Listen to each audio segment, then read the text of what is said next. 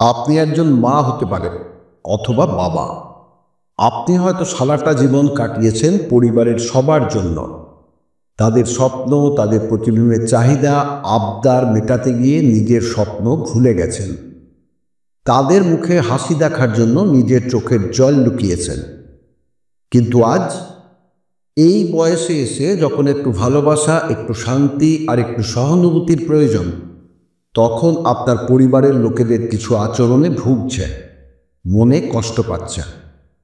আচ্ছা, আপনার নিজেকে কি পরিবারের বোঝা মনে হচ্ছে? পরিবারের লোকেদের আচরণ কি বিষের মতো তীব্র হয়ে উঠছে, যেটা আপনার কাছে বিষাক্ত মনে হচ্ছে? আপনি কি ভাবছেন আর নিজেকে প্রশ্ন করছেন, যাদের জন্য এত কিছু করলাম তারাই আজ আমাকে মানসিক কষ্ট দিচ্ছে কেন? আপনি কি মনে করেন যাদের জন্য আপনি সারাটা জীবন উৎসর্গ করেছেন তারাই আজ আপনার মানসিক শান্তি কেড়ে নিচ্ছে? যদি এমনটাই হয়ে থাকে তাহলে আজকের ভিডিও আপনার জন্য।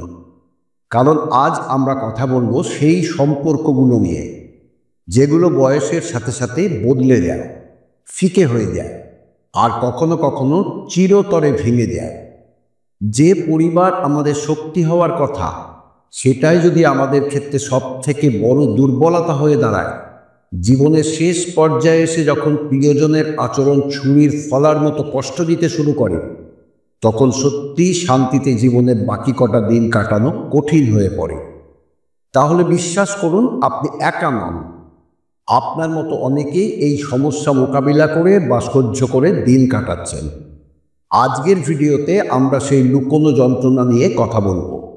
আমরা শিখব কিভাবে বিষাক্ত পারিবারিক সম্পর্ক বয়স্কদের জীবনকে তিলে তিলে শেষ করে দেয় এবং কিভাবে আপনি আপনার মানসিক স্বাস্থ্যকে অগ্রাধিকার দিয়ে একটা শান্ত, ভারসাম্যপূর্ণ জীবন যাপন করতে পারেন। আচ্ছা, প্রতিদিন সকালে ঘুম থেকে বিছানা ছাড়ার সময় আপনার কি মনে হয় যে আজ আবার একটা মানসিক যুদ্ধের মোকাবিলা করতে হবে? তাহলেও এই ভিডিওটা আপনার জন্য। ভিডিওতে কিছু সহজ কিন্তু অত্যন্ত কার্যকর উপায় জানতে পারবেন, যার ভেতর দিয়ে আপনি সীমানা তৈরি করে নিজেকে রক্ষা করতে পারবেন এবং সংসারে নিজের জন্য একটা শান্তিপূর্ণ পরিবেশ তৈরি করতে পারবেন। আজকের ভিডিও আপনার জীবন বদলে দিতে পারে, তাই ভিডিওটা একটু এড়িয়ে না গিয়ে শেষ পর্যন্ত দেখুন। কারণ হয়তো এই কথাগুলোর ভেতরেই আপনি খুঁজে পাবেন আপনার নিজের গল্প। শুরু করা যাক আজকের ভিডিও। স্বাগত জানাই প্রেরণা হেলথ চ্যানেলে। প্রথমেই বলা যায়, যখন আমরা কোনো বিষাক্ত সম্পর্ক বা টক্সিক রিলেশনশিপ নিয়ে কথা বলি, তখন বেশিরভাগ মানুষই শারীরিক নির্যাতন বা চিৎকার চেঁচামেচির কথা ভাবেন। কিন্তু সত্যিটা হলো, বিষাক্ত সম্পর্কের আওয়াজ সবসময় শোনা যায় না। কখনো কখনো এই বিষ নীরবে আপনার আত্মাকে গ্রাস করে। আর সব থেকে ভয়ঙ্কর পরিস্থিতির তখনই সৃষ্টি হয় যখন এই বিষ আপনার নিজের পরিবার থেকেই ছড়ায়। যদি খেয়াল করে দেখা যায় যে বুড়ো বয়সে একজন মানুষের কী প্রয়োজন হয়, তাহলে দেখা যাবে প্রয়োজন খুব সামান্য, একটু শান্তি আর একটু সান্নিধ্য। কিন্তু একবার ভাবুন, যাদের জন্য আপনি আপনার সমস্ত জীবনটা দিয়ে দিয়েছেন, সেই সন্তান, সেই আপনজনেরা যখন আপনাকে উপেক্ষা করতে শুরু করে, যখন আপনার কথাগুলোকে পুরনো দিনের বাজে বকবকানি বলে উড়িয়ে দেয়, তখন বুকের ভেতর একটা গভীর শূন্যতা তৈরি হয়। জেনে নেওয়া যাক তাহলে এই বিষাক্ত পারিবারিক সম্পর্ক আসলে কি। মনে রাখবেন, বিষ মানে শুধু গালিগালাজ করা বা গায়ে হাত তোলা নয়, এর আসল রূপ আরও সূক্ষ্ম। এক, আবেগগত বিচ্ছিন্নতা বা ইমোশনাল কাট আপ। যখন আপনাকে প্রতিটা বিষয়ে কটাক্ষ করা হয়, আপনার আবেগের কোনো দাম দেওয়া হয় না। দুই, অদৃশ্য করে রাখা। যখন আপনি আপনার পরিবারের সাথে এক জায়গায় থাকা সত্ত্বেও আপনার অস্তিত্বকে অস্বীকার করা হয়। কেউ আপনার সাথে কথা বলে না, কোনো বিষয়ে কেউ আপনাকে কিচ্ছু বলে না, কোনো বিষয়ে আপনার মতামতও নেয় না। অসম্মান করার অঙ্গ হিসেবে যখন আপনার অভিজ্ঞতার কোনো মূল্য দেওয়া হয় না, আপনার যে কোনো সিদ্ধান্তকে বাতিল করে দেওয়া হয় এবং বিনিময়ে আপনি এমন একটা শীতল নীরবতা পান যা হাজারটা চিৎকারের থেকেও বেশি কষ্ট দেয়। কিছু সাধারণ কিন্তু গুরুতর উদাহরণ হিসেবে বলা যায়, এক, সন্তানদের উদাসীনতা। ছেলে, পুত্রবধূ বা মেয়েরা আপনার সাথে কথা বলার জন্য সময় পায় না। তারা দিনরাত মোবাইল ফোনে ব্যস্ত, আর আপনার কথাগুলো তাদের কাছে বোঝা মনে হয়। এই উদাসীনতা শুধু দূরত্ব নয়, এটা এক ধরনের মানসিক হিংস্রতা। 2. অপমানজনক আচরণ। অনেক বাড়িতে বয়স্কদের সাথে কাজের লোকের মতো ব্যবহার করা হয়। তাদের দিয়ে সব কাজ করানো হয়, কিন্তু বিন্দুমাত্র সম্মান দেওয়া হয় না। যদি তারা ভুল করে কিছু বলেও ফেলে, তাহলে উত্তর আসে, তুমি কিচ্ছু জানো না। এই অপমানগুলো সোজাসুজি বয়স্কদের আত্মসম্মানে গিয়ে আঘাত করে। 3. একাকিত্ব এবং অবহেলা। বয়স্করা সারাদিন একটা ঘরে একা থাকেন। কেউ তাদের সাথে কথা বলতে আসে না। কারো কারো ক্ষেত্রে খাবারটাও চেয়ে খেতে হয়। বাড়ির কোনো অনুষ্ঠানে বা সিদ্ধান্ত নেওয়ার ক্ষেত্রে তাদের কোনো অংশগ্রহণ থাকে না। এই পরিস্থিতি মনে একটাই প্রশ্ন তৈরি করে, আমি কি আর এই পরিবারের অংশ নই? এবার দেখা যাক এই সব কিছুর প্রভাব কি। এর প্রভাব শরীরের চেয়ে মনের উপরে বেশি পড়ে। প্রতিদিন নিজেকে গুরুত্বহীন মনে করতে করতে একজন মানুষ ধীরে ধীরে হতাশা বা ডিপ্রেশনে ডুবে যায়। এ বিষয়ে বিজ্ঞান কি বলে জেনে নিন। মনোবিজ্ঞান অনুযায়ী দীর্ঘস্থায়ী মানসিক অবহেলা এবং কটূক্তি ব্রেইনে ক্রনিক স্ট্রেস তৈরি করে। এর ফলে কর্টিজল নামের স্ট্রেস হরমোনের মাত্রা বেড়ে যায়, যা শুধু মানসিক অবসাদ, উদ্বেগই নয়, হাই ব্লাড প্রেশার, হার্টের রোগ এবং ডায়াবেটিসের মতো শারীরিক রোগেরও ঝুঁকি বাড়িয়ে দেয়। একটা সমীক্ষা অনুযায়ী বলা যায়, ভারতে 60 বছরের বেশি বয়সী প্রতি 10 জন বয়স্ক ব্যক্তির ভেতর 4 জন মানসিক অবহেলার শিকার। আর তাদের বেশিরভাগই এই নিয়ে অভিযোগ করেন না, কারণ তারা ভয় পান যে সম্পর্ক আরও খারাপ হয়ে যেতে পারে। তাদের ভেতরে যে যন্ত্রণা জন্মায় সেটা তারা না পারেন প্রকাশ করতে, না পারেন লুকোতে। এই বিষাক্ত পারিবারিক গতিশীলতা বাইরে থেকে দেখা যায় না, কিন্তু সেটা প্রতিদিন একজন মানুষকে ভেতর থেকে ঝাঁঝরা করে দেয়। যদি জীবনে কেউ আপনাকে মূল্য না দেয়, তার মানে এটা নয় যে আপনার নিজের কোনো মূল্য নেই। এই ভিডিওর উদ্দেশ্যই হলো এই বিষাক্ত সম্পর্কগুলোকে চিহ্নিত করা এবং আপনার নিজের মানসিক শান্তিকে সবার ওপরে রাখা। দ্বিতীয় বিষয় হিসেবে বলা যায়, প্রথমে বিপদের লক্ষণগুলো চিনুন। জীবনে কিছু পরিবর্তন এত ধীরে ধীরে আসে যে আমরা বুঝতেই পারি না, পরিবর্তনের গতি ধরতে পারি না। কখন একটা সুন্দর সম্পর্ক বিষাক্ত হয়ে উঠছে।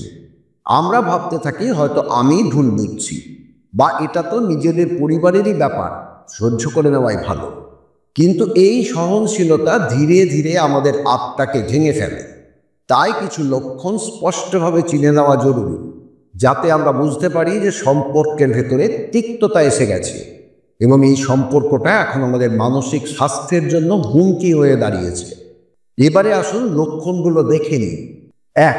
ক্রমাগত সমালোচনা এবং কটূক্তি।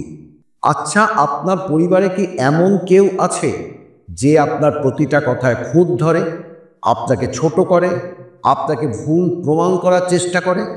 যেমন আপনি কোনো পরামর্শ দিলে উত্তর আসে, তুমি আজকের যুগের কি বোঝো, কতটা বোঝো, বা তোমার জন্য সমস্ত নষ্ট হয়ে গেল।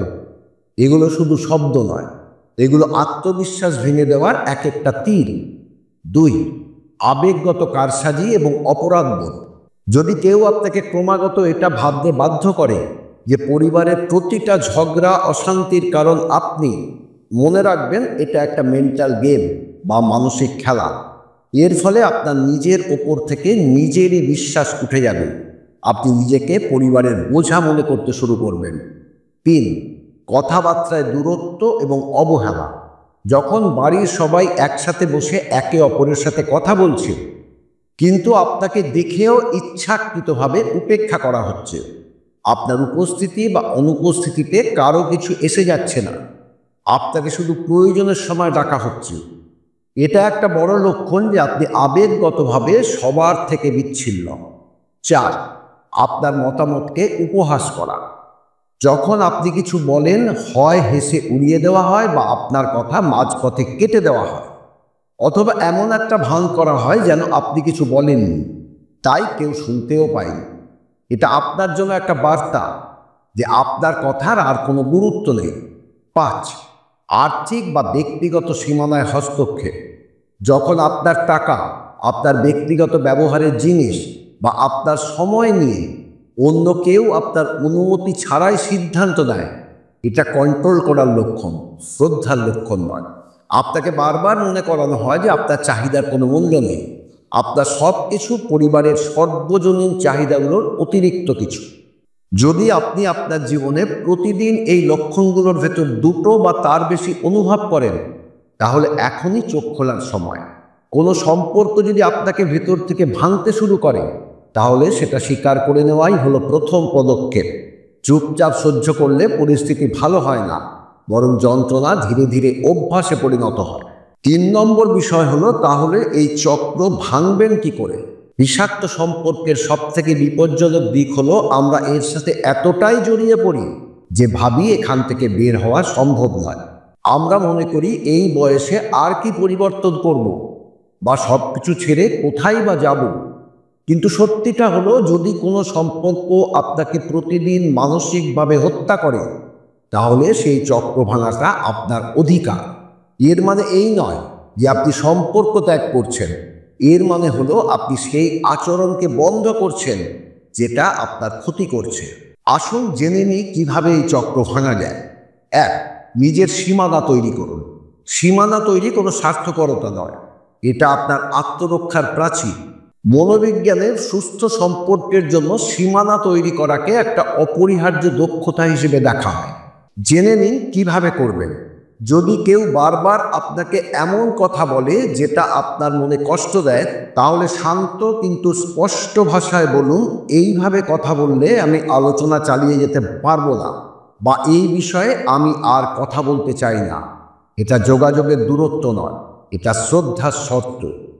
2. আত্মবিশ্বাসের সাথে কথা বলুন। আপনার যা বলার অধিকার আছে সেটা বলুন, তবে চিৎকার চেঁচামেচি করে নয়, তেমনই ভয় পেয়ে মিনমিন করেও নয়। যখন আপনি আপনার আবেগ দমন করেন, তখন সেগুলো আপনাকে ভেতর থেকে দুর্বল করে দেয়। জেনে নিন এটা কিভাবে করবেন। সরাসরি বলুন, আমার কথার মাঝখানে বাধা দিলে আমি এটা ভাবতে বাধ্য হব যে আমার কথার কোনো মূল্য নেই। এই ধরনের কথা অভিযোগ করে না, বরং নিজের অনুভূতিকে সামনে আনে। মনে রাখবেন, আপনি আপনার অভিজ্ঞতার রাজা, আপনার কথারও মূল্য আছে। 3. সমর্থন খুঁজুন। যদি আপনি একা বোধ করেন, তাহলে বাইরের সমর্থন খোঁজা আপনার সবথেকে বড় শক্তি হতে পারে। একা লড়াই করার কোনো প্রয়োজন নেই। এবার নিশ্চয়ই প্রশ্ন করবেন, কোথায় খুঁজবেন সমর্থন? এমন অনেক সংস্থা আছে যারা বয়স্কদের মানসিক সহায়তা দিয়ে থাকে। আপনি কোনো বিশ্বস্ত আত্মীয়, পুরনো বন্ধু বা প্রতিবেশীর সাথেও কথা বলতে পারেন। মনে রাখবেন, কখনো কখনো শুধু আপনার কথা শোনার জন্য কাউকে খুঁজে পেলেই জীবনের যন্ত্রণা অর্ধেক হয়ে যায়। প্রয়োজনে পেশাদার পরামর্শদাতা বা থেরাপির সাহায্য নিন। থেরাপি দুর্বলতার জন্য নয়, শক্তির জন্য। 4. আত্মনির্ভরতার দিকে পদক্ষেপ করুন।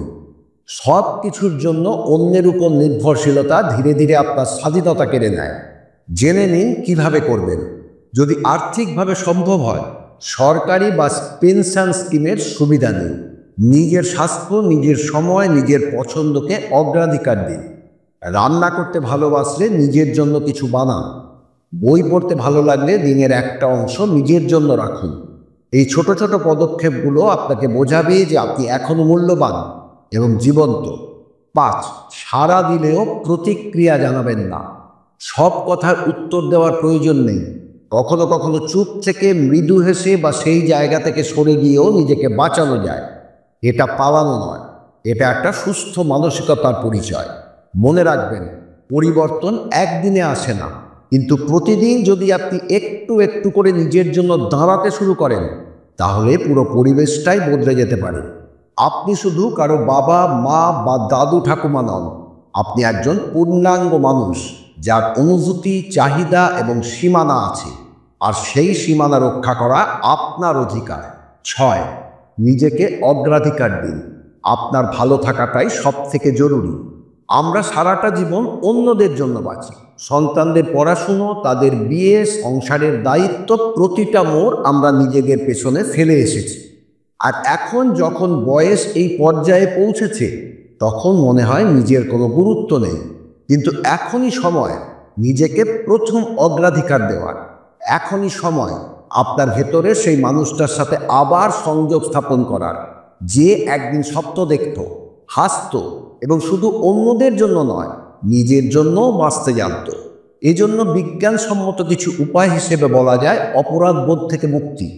যদি আপনি বছরের পর বছর ধরে নিজেকে দোষারোপ করে এসে থাকেন, তাহলে আজই থামুন, নিজেকে ক্ষমা করে দিন। মনোবিজ্ঞানে সেলফ কম্প্যাশন বা আত্মসহানুভূতিকে মানসিক স্বাস্থ্যের একটা মূল ভিত্তি হিসেবে গণ্য করা হয়। অতীতকে আপনি বদলাতে পারবেন না, কিন্তু বর্তমানকে সুন্দর করে ভবিষ্যৎকে উজ্জ্বল করতে পারবেন। নিজের যত্ন নিন। নিজের যত্ন নেওয়া বিলাসিতা নয়, এটা প্রয়োজন।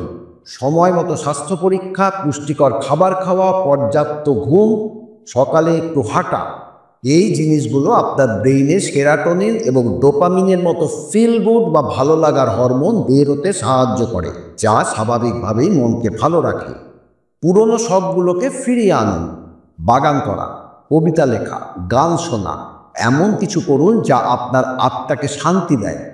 তবে টিভির বিতর্ক এবং নেগেটিভ খবর থেকে দূরে থাকুন। নতুন সামাজিক বৃত্ত তৈরি করুন। যদি আপনার পরিবার আপনার পাশে না থাকে, সমাজ আছে। আপনার মতো অন্যান্য বয়স্কদের সাথে মিশুন। পার্কে, ধর্মীয় প্রতিষ্ঠানে বা সিনিয়র সিটিজেন গ্রুপে যোগ দিন।